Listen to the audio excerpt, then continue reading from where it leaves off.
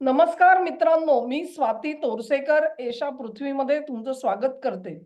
आजच्या व्हिडिओसाठी आपल्याकडे डॉक्टर गौरीताई पिंपळे आलेले आहेत आणि हा व्हिडिओ आम्ही 2 चॅनेलवरती प्रदर्शित करतोय. एक म्हणजे एशा पृथ्वी आणि गौरीताईंचा जो चॅनेल आहे गौरीनॉमिक्स तिथे सुद्धा तुम्हाला हा व्हिडिओ बघायला मिळेल. तुम्ही ज्या कुठच्या चॅनेलवरती व्हिडिओ बघत असाल तिथे त्याला लाईक करा, शेअर करा आणि चॅनेलला सबस्क्राईब करा अशी तुम्हाला विनंती करते आणि तुमच्या सहकार्याची अपेक्षा ठेवते. आजचा व्हिडिओ अशासाठी बनवतो आहोत की 19वा दिवस युद्धाचा संपलेला आहे आणि या दिवशी खूप मोठ्या हालचाली झालेल्या आहेत. प्रचंड मोठा विध्वंस झालेला आहे.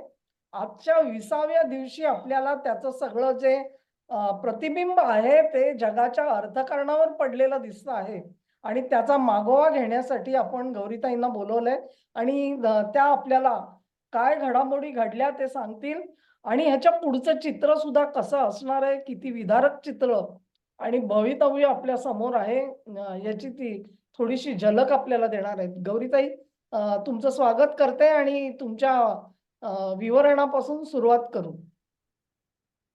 नमस्कार.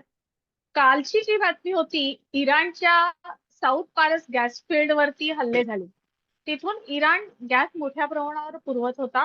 तिथून जो बाहेर पडतो गॅस आखाती देशांमधून त्यातला इराणचा भाग मोठा होता.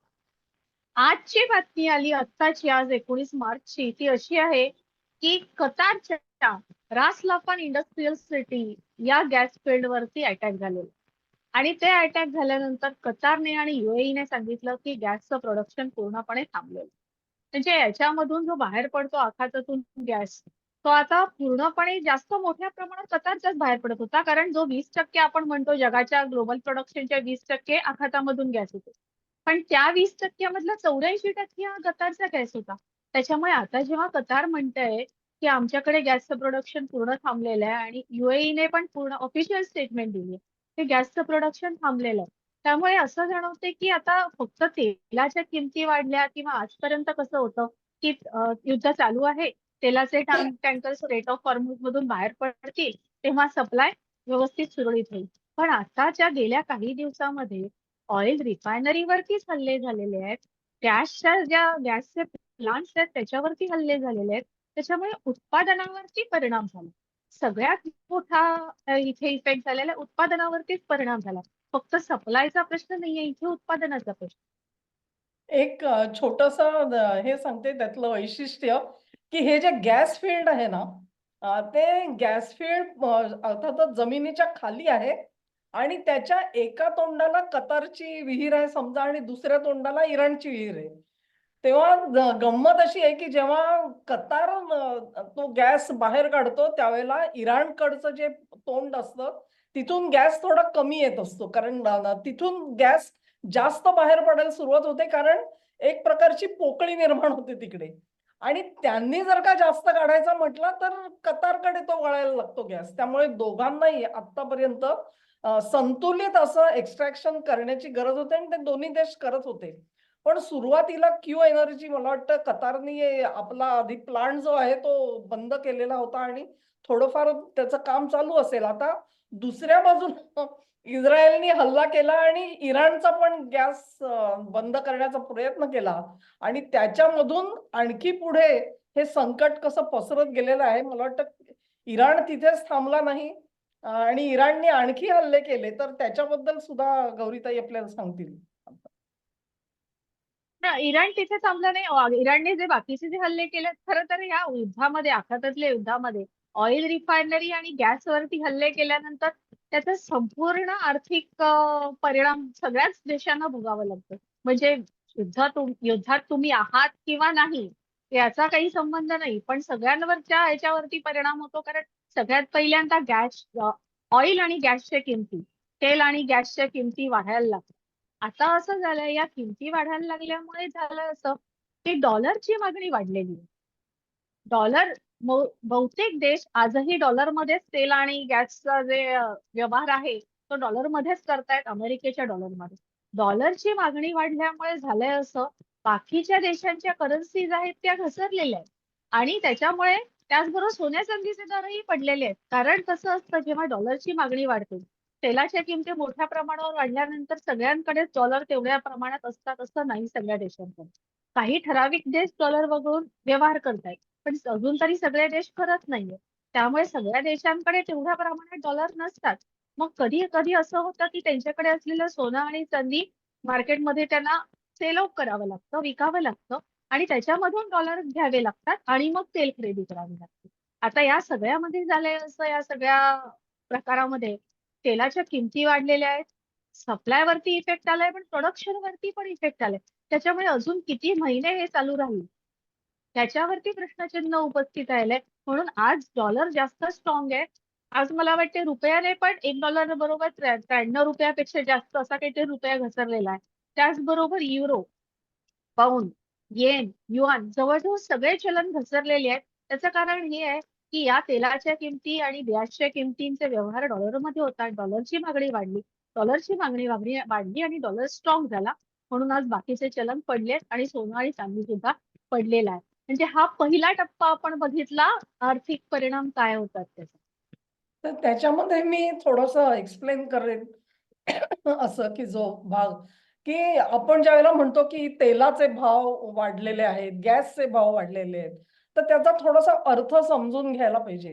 हे जे ज्याला आपण खनिज तेल म्हणतो ना, त्याचे ज्यावेळेला भाव वाढतात, तेव्हा काय होतं नेमकं की खनिज तेल आणलं जातं कारखान्यामध्ये शुद्धीकरणासाठी. ते शुद्धीकरणाची जी प्रक्रिया आहे त्याच्यामधून अनेक बाय प्रॉडक्ट्स मिळत असतात. अगदी तुमच्या डांबरापासूनची सगळी असतात. टोलुइन आहे त्याच्यात अनेक गोष्टी. संपूर्ण इंडस्ट्रीमध्ये ज्याला सॉल्व्हंट म्हणतात म्हणजे द्रवण ज्याला करण्यासाठी म्हणून वेगवेगळे सॉल्व्हंट्स लागतात. ते सगळे सॉल्व्हंट या प्रक्रियेमधून बाहेर पडतात. म्हणजे एक प्रकारे केवळ तुम्हाला आणि मला माहिती असलेलं वाहनात घालायचं पेट्रोल किंवा डिझेल ह्याच्यापुरता हा प्रश्न मर्यादित नाहीये किंवा घरगुती गॅस जो आहे तो गॅस वापरण्यापुरतं मर्यादित नाहीये. हा गॅस आहे अनेक ठिकाणी कारखान्यांमधून सुद्धा वापरला जातो प्रोडक्शनसाठी. हाही गोष्ट लक्षात ठेवा. म्हणजे असं जेव्हा म्हणतात ना, की तेलाचे भाव वाढतात त्यावेळेला प्रत्येक इंडस्ट्रीला त्याचा चाप बसतो. कारण केमिकल इंडस्ट्री तर केवढी मोठी इंडस्ट्री आहे तुम्हाला माहिती आहे. ती वापरणारी इंडस्ट्री किती मोठी असेल त्याचा विचार करा.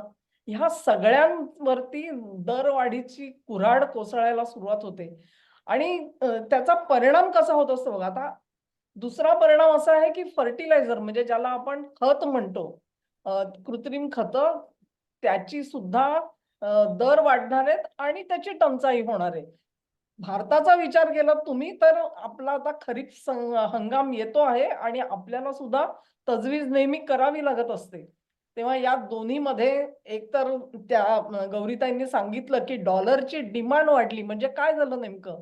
तर प्रत्येक देशाकडे आपलं एक नियोजन असतं, की मला एप्रिल महिन्यामध्ये समजा मला $10 बिलियन लागतात. मला मे महिन्यामध्ये 15 लागतात. जूनमध्ये मला $20 बिलियन लागतात.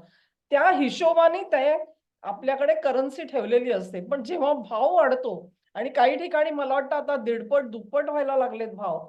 तेव्हा $10 बिलियन तजवीज तर केलेली असते. पण जेव्हा अचानक 20 लागणार आहेत, तेव्हा त्यांना डॉलर बाजारातून विकत घ्यावे लागतात आणि ते विकत जेव्हा तुम्ही घेता, तेव्हा डॉलर हा स्ट्रॉंग होतो. कारण त्याची एकंदरीतच मागणी वाढत जाते. तेव्हा हे सगळं चक्र आहे. केवळ त्याचा तेल आणि वायू असा विचार करू नका. इंडस्ट्रीमध्ये तुम्ही जे काही वापरता इन्क्लुडिंग प्लास्टिक्स, प्लास्टिक इनपुट जिथे-जिथे आहे, तो सगळा खनिज तेलावरती अवलंबून आहे. कारण ती सगळी त्याची ते बाय प्रॉडक्ट नाही, परंतु ते वापरून केलेली पुढची जी प्रॉडक्ट्स आहेत त्याच्यात प्लास्टिक येत असतं. तुमच्या लक्षात येईल, की हा सगळा जो भाग आहे तो किती मोठा आहे ते आणि मग आता जे आर्थिक प्रश्न निर्माण होतील, गौरीताई सांगतायत त्याच्याकडे आपण नीट लक्ष देऊन ऐकलं पाहिजे. गौरीताई आता तुम्ही सांगा आम्हाला, की नेमकं काय झालेलं आहे ते? आता असं आज जे काही शेअर बाजार पडलेत म्हणजे आपल्याकडे पण सेन्सेक्स मला वाटते 3% जास्त घसरलाय आणि निफ्टी आपण व्हिडिओ चालू करायच्या आधी 800 अंकांनी घसरलेला होता. तर ह्या ज्या बातम्या आजच्या आल्या की गॅस फील्ड वरती जो अटॅक झालेला आहे त्याच्यामुळे आता एक लक्षात आलं की उत्पादन थांबलेलं आहे. सप्लाय चेन चालू झाली तरी उत्पादन थांबलेलं राहणार आहे. ते पुढे कधी चालू होईल याचा अंदाज नाही. त्यांना किती महिने लागतील ते परत पुन्हा त्या लेवलला उत्पादन यायला, त्याचा अंदाज नाही. याचा परिणाम काय होणार? किमती वाढण्यावर जाणार आहे. तसं मागे एकदा हा विषय झाला होता की $150 पर बॅरल ऑइलच्या किमती जातील. तशा गॅसच्याही वाढतील. आता असं म्हटलं जात आहे $200 पर बॅरल पर्यंत जाईल. मग अशा प्रकारे जेव्हा तेल खरेदीचं बिल वाढतं, आता तेल फक्त तेल नाही, तेल आहे, गॅस आहे आणि आता तुम्ही म्हणालात तसं पेट्रोलियम प्रोडक्ट्स आहेत, फर्टिलायझर्स आहेत, त्या सगळ्याच्या किमती वाढायला लागल्या की बऱ्याच देशांचं इम्पोर्ट बिल आहे. कारण ह्या काय ऑइल रिझर्व्ह किंवा गॅस रिझर्व्ह सगळ्या देशांकडे नाही. मोजक्या 4-5 मॅक्सिमम 10-15 देशांकडे आहेत. 4-5 नाही म्हणता येणार, 10-15 देशांकडे. आणि सगळ्या देशांना या सगळ्या गोष्टींची गरज आहे. म्हणजे प्रत्येक देशाचं इम्पोर्ट बिल आहे त्याच्यावरती परिणाम होणार. बरं, भारतासारख्या देशाचं वैशिष्ट्य काय आहे की आपल्याकडे फॉरेक्स रिझर्व्ह परकीय गंगाजळी ही खूप चांगल्या प्रकारे आहे. प्रत्येक देशाकडे तशी असेलच असं नाही. मग आयात बिलावरती परिणाम झाल्यानंतर त्याचा अर्थव्यवस्थेला परिणाम होणार. अगदी फूड प्राइसेस पासून, अन्नधान्यापासून सगळ्या ज्या गोष्टी वाढल्या, फूड प्राइसेस वाढले, ट्रान्सपोर्टेशन कॉस्ट वाढली, तेलाच्या किमती तर वाढणारच आहेत. त्या सगळ्याच्या वाढल्या म्हणजे एकूण अर्थव्यवस्थेला वरती जो ताण येईल त्याच्यामध्ये काय होईल, कर्ज घेतली जातील आणि ती काही देशांना काहींना जमेलच असं नाही. कारण भारताची अर्थव्यवस्था ही मोठी आहे. जास्त इथे पॉप्युलेशन आहे, भारतासाठी मार्केट मोठा आहे म्हणून अर्थव्यवस्था मोठी आहे, ही एक जमेची बाजू आहे भारताची.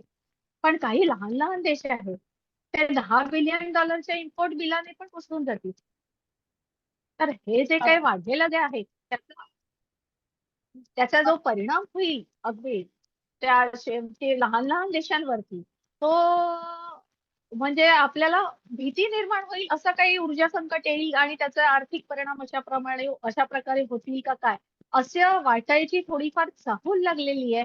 आणि त्याचा परिणाम हा सगळ्याच ग्लोबल स्टॉक मार्केट्समध्ये आज दिसलेला. अगदी डो जोन्स जो आहे अमेरिकेचा, तोही आपल्याकडे आज सकाळी त्यांच्याकडची रात्र जेव्हा बंद झाला 800 अंकांनी घसरलेला, सॉरी $800 बिलियन, 800 अब्ज डॉलर्सचं नुकसान झालं होतं. आता त्यांच्याकडे उघडेल अमेरिकेमध्ये स्टॉक मार्केट, तेव्हा कळेल किती पडेल. पण एकूण ऊर्जा संकट आहे याची चाहूल लागली आणि त्याचे अर्थव्यवस्थांवर परिणाम होतील हे जाणवायला लागल्यावरती फायनान्शियल असेट्सच्या व्हॅल्यू खाली येतात. आता थोडंसं परत एकदा मी एक्सप्लेन करते ते अशासाठी, की जेव्हा आपण म्हणतो की किमती वाढत जाणार आहेत, म्हणजे प्लास्टिकची किंमत वाढणार आहे, तुमच्या खताची किंमत वाढणार आहे, याचा अर्थ काय लक्षात घ्या. माणसाला जो पगार मिळतो ना, समजा तुम्हाला ₹50,000 पगार आहे आणि त्याच्यात तुम्ही तुमचं बजेट सगळं बसवलेलं असतं. तर त्याच्यामध्ये ह्या किमती जेव्हा वाढतात, त्यावेळी तुम्ही काय करायला लागता, ट्रान्सपोर्टेशनची किंमत वाढली. तुम्ही दर महिन्याला समजा तुम्ही ₹2,000 खर्च करत असाल समजा तुमच्या येण्या-जाण्यावरती. तर ते जर का 2,000चे 2,500 झाले, 3,000 झाले, तर ते ₹1,000 जे जास्तीचे खर्च होणार आहे, ते तुम्हाला दुसरीकडे कुठेतरी बचत करावी लागते. मग ती जी बचत आहे, ती कदाचित तुम्ही सिनेमा बघणं कमी कराल किंवा तुमचे कपडे घेणं बंद कराल कदाचित. आणखी कुठे प्रवासासाठी जाणार असाल तर बंद कराल. ज्या जीवनावश्यक वस्तू आहेत, त्या तर चालू राहतील. कदाचित तुम्ही फोनचा वापर कमी कराल, इंटरनेटचा वापर कमी कराल. कारण सरतेशेवटी तुम्हाला मिळणारा पगार तेवढाच आहे आणि म्हणून तुम्ही तो त्याच्यामध्ये बसवण्याचा प्रयत्न कराल. पण ह्यानी होईल काय लक्षात घ्या, की तुमचा तुम्ही खर्च जेव्हा आवाक्यात आणायला सुरुवात करता त्यावेळेला तुम्ही ज्या वस्तू घेण्याचं टाळायला लागतात, त्या इंडस्ट्रीचा विचार करा. त्यांची मागणी कमी झाली, की त्यांचा टर्नओव्हर कमी होतो. मग ते म्हणतात, की मला एवढे आता नोकर वर्ग परवडत नाही, मी नोकर कपात करतो. अशा तऱ्हेने हे दुष्टचक्र आहे एक प्रकारे. आणि हे म्हणजे भाववाढ आणि त्यातून मागणी कमी होणं, त्यातून मग कंपन्या बंद पडणं किंवा नोकर कपात होणं, ह्या सगळ्या गोष्टी त्याचा जो परिणाम आहे तो तुम्हाला स्टॉक मार्केटवर दिसतोय. कारण स्टॉक मार्केटमध्ये त्यांना उद्योगाची भरभराट होईल अशा अंदाजाने शेअरचे भाव ठरलेले असतात. त्याच्यामध्ये आता मागणीत घट झाली, प्राइसेस वाढल्यामुळे, तर काय होईल ह्याची भीती बसल्याने शेअर मार्केट पडलेलं आपल्याला दिसतंय आणि त्या म्हणतात तसं सर्वात मोठा फटका जो आहे तो अमेरिकन शेअर मार्केटमध्ये आपल्याला बघायला मिळेल आणि जे आता काही तासामध्ये ओपन होईल तेव्हा त्याचा मागोवा आपल्याला घेता येईल. गौरीताई तुम्ही पुढचं. आता कसं आहे ह्याच्यामध्ये फक्त शेअर मार्केटचं व्हॅल्युएशन कमी झाली आहे आपण म्हणतो, म्हणजेच फायनान्शियल असेट वरती जो निगेटिव्ह इम्पॅक्ट होतोय, तोच जर आता म्हटलं गेलं ले ऑफ होतील, तर असे ले ऑफ झाले आणि ते खास करून जर IT सेक्टर मधले झाले, तर रिअल इस्टेटवर जो परिणाम होईल तो फार मोठा असेल. आणि रिअल इस्टेटवर परिणाम झाला की मग ते त्यांची साखळी आहे, त्या साखळीवरती तो परिणाम होईल. एक एक एक एक किती नाही म्हटलं तरी अर्थव्यवस्था म्हटली, वेगवेगळ्या अर्थव्यवस्था साखळ्या त्याच्यामध्ये एकमेकांशी निगडीत असतात आणि त्या एकमेकांना बांधलेल्या असतात. एक कुठेतरी तुटली की त्याचा परिणाम दुसऱ्या पुढच्या साखळीवरती होत जातो. आणि हे धोकादायक चित्र दिसायला लागलेलं आहे. ते लवकर हे सगळं संपून, युद्ध संपून त्यांचं प्रोडक्शन वाढून नॉर्मल प्रोडक्शन सुरू व्हायला 5-6 महिने किंवा त्याच्यापेक्षा जास्त वेळ लागेल. आणि मग तोपर्यंतचा जो काळ आहे तो थोडासा वोलाटाईल, अस्वस्थता किंवा अनिश्चितता असा साधारण राहण्याचा एकूण अंदाज आज तरी अ, लक्षात आलेला आहे. असा अंदाज देता येईल असं लक्षात आलेलं आहे. हे ते म्हणजे परिस्थिती दोलायमान आहे लक्षात घ्या, की आता तर म्हणजे उत्पादन तर थांबवलेलं आहे या सगळ्या देशांनी. ते पुन्हा सुरू करायचं, पुन्हा ते सुरळीत होणार म्हणजे पूर्वपदावरती येण्यासाठी जो काळ लागणार आहे, तो कदाचित 3 ते 4 महिने, 6 महिन्यापर्यंत पण पुढे जाऊ शकेल. ते पूर्वपदावरती आल्यानंतर मग पुन्हा एकदा मागणी वाढायला म्हणजे सुस्थिर एक परिस्थिती निर्माण होणं, ह्याच्यासाठी बराच मोठा गॅप कालावधी जाणार आहे. आणि या कालावधीमध्ये जे आपल्याला धक्के खायला मिळणार आहेत, त्याच्या शंकेने स्टॉक मार्केटमध्ये तुम्हाला त्याचं प्रतिबिंब आज बघायला मिळतं आहे, असं गौरीताई सांगतायत. आणि केवळ स्टॉक मार्केट नाही, तर इतर अनेक गोष्टी म्हणजे त्यांनी रिअल इस्टेटचा आता सध्या उल्लेख केला. त्याच्या बाबतीत कल्पना करा, की ती मागणी घटली तर कर्ज देणाऱ्या बँका त्यांच्यावरती येणारं संकट किंवा ज्यांचे नोकरी जातील, त्यांचे जर का घराचे हप्ते थांबले, तर जी चणचण भासेल बँकांना सुद्धा, टंचाई होईल कॅशची, रोखीची. त्यातून वेगवेगळी संकटं येत जातील. आणि हे संकट जे आहे ते केवळ भारतासाठी नाहीये, ते संपूर्ण जगात आलेलं संकट आहे. त्याच्यावरती एकच उपाय असा असू शकतो, की 20% पुरवठा ज्यावेळेला आणि उत्पादन दोन्ही ज्यावेळेला ठप्प झालेलं आहे, त्यावेळेला उर्वरित जगामध्ये ज्यांच्या कोणाकडे तेल आहे किंवा असा वायू आहे, त्यांना आपलं उत्पादन वाढवायला लागेल. कुठेतरी कॉम्पेन्सेट करता येईल. आणण्या-नेण्याचा खर्च कदाचित वाढू शकेल. कारण आपल्यासाठी गल्फ जे आहे ते अतिशय जवळ होतं. पण तुम्हाला उद्या जर का कॅनडातून किंवा व्हेनेझुएलातून तेल आणायचं म्हटलं, तर नॅचरली नेण्या-आणण्याचा खर्च तर तुमचा वाढलेला असणार आहे आणि आजच्या परिस्थितीमध्ये इन्शुरन्स कॉस्ट सुद्धा वाढलेली असणार आहे. तेव्हा थोड्याफार आणि मूळ पेट्रोलची किंमत सुद्धा वाढणार आहे, खनिज तेलाची. असा सगळा तो प्रकार आहे. म्हणजे एक वेळ टंचाईचं संकट थोडं कमी करता येईल, परंतु महागाईचं संकट कमी करणं हे थोडंसं अवघड जाईल असं मला वाटतंय, की गौरीताईंचं आपण मत विचारू ह्याच्यावरती. गौरीताई. अगदी खरं आहे हे. महागाईचं संकट, हा, महागाईचं संकट हे जास्त घाबरवून सोडणारं असं दिसतं एकूणच. बघितलं तर एकूण म्हणजे फक्त भारतासाठी नाही तर बाकी सगळ्याच सगळ्याच देशांच्या अर्थव्यवस्थांसाठी. भारतामध्ये आज पेट्रोल डिझेलच्या किमती वाढलेल्या नाहीयेत. गॅसही वाढलाय, तो जेमतेम 60 रुपयांनी घरगुती गॅस सिलेंडर वाढलाय. ती काही खूप मोठी अमाऊंट नाहीये. पण आपण बाकीच्या देशांमध्ये बघितलं, युरोपियातल्या देशांमध्ये किंवा खुद्द अमेरिकेमध्ये, म्हणजे मला तर आश्चर्य वाटतंय की अमेरिका स्वतः ऑइल प्रोडक्शन करते, पण अमेरिकी लोकांना कुठली सवलत नाहीये त्याच्यामध्ये. त्याच्यामध्ये किमती वाढलेल्याच आहेत. मग अमेरिका ऑइल प्रोडक्शन करते, त्याचा फायदा काय? फायदा कंपन्यांना झाला, त्यांचं प्रॉफिट वाढलं. कारण युद्ध चालू झाल्यानंतर प्रोडक्शन कॉस्ट काय वाढलेली नसते ना. प्रोडक्शन कॉस्ट तीच असते. प्रॉफिट तर वाढलेलं आहे ऑइल कंपन्यांचं. म्हणजे फायदा या सगळ्यामध्ये ऑइल कंपन्यांचा झालेला आहे. बाकी सर्वसामान्य नागरिक हा भरडला जातो. भारतातला काही भरडला गेला नाहीये. चान्सेस खूप कमी आहेत. आपण त्या दृष्टीने प्रयत्न करतोय ऊर्जा सुरक्षेसाठी. पण बाकीच्या देशांमध्ये आहे तो सर्वसामान्य नागरिक भरडला गेलाय. गॅसच्या किमती, तिथे असलेल्या गॅसच्या किमती किंवा त्याच्यासाठी लागलेल्या रांगा, जे फोटो बाहेर येत आहेत, तर म्हणजे बापरे, 2-2, 3-3 तासाच्या रांगा, असं काहीतरी विचित्र परिस्थिती आहे युरोपातल्या देशांमध्ये. तर हा सगळा जे काही येऊ घातलेलं संकट आहे ते थोडं भीतीदायक आहे एवढं नक्की. याच्यावरती उपाय म्हणजे जितके काय 5-6 महिन्याचा पुढचा अस्थिरतेचा काळ आहे, तो जर का कमी करायचा असेल तर पहिल्यांदा हे युद्ध थांबवण्याची गरज आहे. आणि तुम्ही बघाल तर आजच्या घडीला दोन्ही बाजूनी युद्ध थांबवण्याची मनस्थिती सुद्धा दिसत नाहीये. त्यामुळे इराणमध्ये तर सर्वोच्च नेतृत्व गारद झालेलं आहे. निर्णय कोण घेतंय याबद्दल सुद्धा शंका आहे. कारण त्यांनी त्यांचं सगळं स्ट्रक्चर जे आहे ते डिसेंट्रलाइज केल्यामुळे प्रत्येक प्रांतामध्ये निर्णय घेतलेला आहे. आज दुसरी एक मोठी बातमी जी आलेली आहे, त्याचे व्हिडिओ बघायला मिळतायत. ते ऑथेंटिक आहेत का नाही माहिती नाही आणि सत्यासत्यता पडताळून बघायची आहे. पण इराणमध्ये खूप मोठे भूकंप झाल्याच्या बातम्या आलेल्या आहेत आणि हे भूकंप जे आहेत ते कदाचित त्यांनी केलेल्या न्यूक्लिअर टेस्टमुळे झालेले असू शकतात, असं काही जण मत व्यक्त करतायत. तेव्हा हे युद्ध जे आहे त्याची दिशा फार विचित्र ह्याच्याकडे चाललेली आहे. इराण हा संदेश कशासाठी देतोय हे मला कळलं नाही, की आम्ही अणुस्फोट करू शकतो.